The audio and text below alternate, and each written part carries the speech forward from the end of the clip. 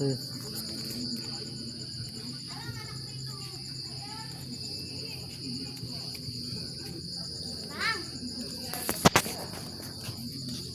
Mali man tayo mong nakambyo.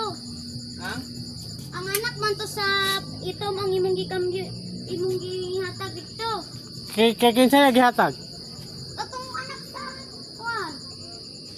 Wala ba silang gihatagan ako raman? Gani. O di kuha niyo dito. Okay naman, wala problema na yun ana. Ito. Kaya mo kaon.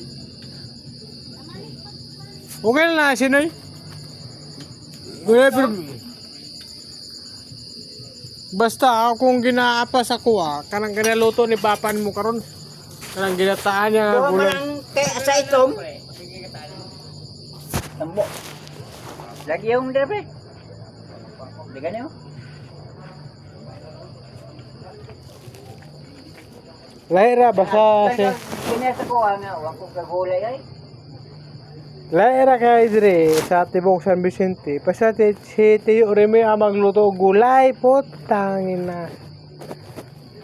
Ibang klaseng gulay ang mga ganap. Uyuan ako ni. Yan. Oh. Ay, basta gulay. Madikan siya. Hello guys. Bakaano sila? Tingin daw. Ay, oh. Vlog.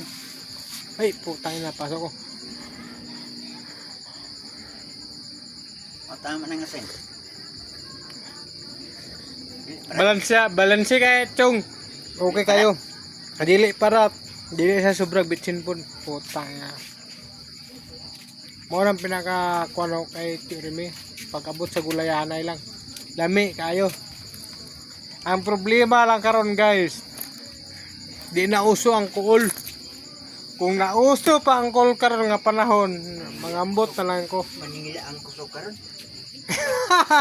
Naigipili.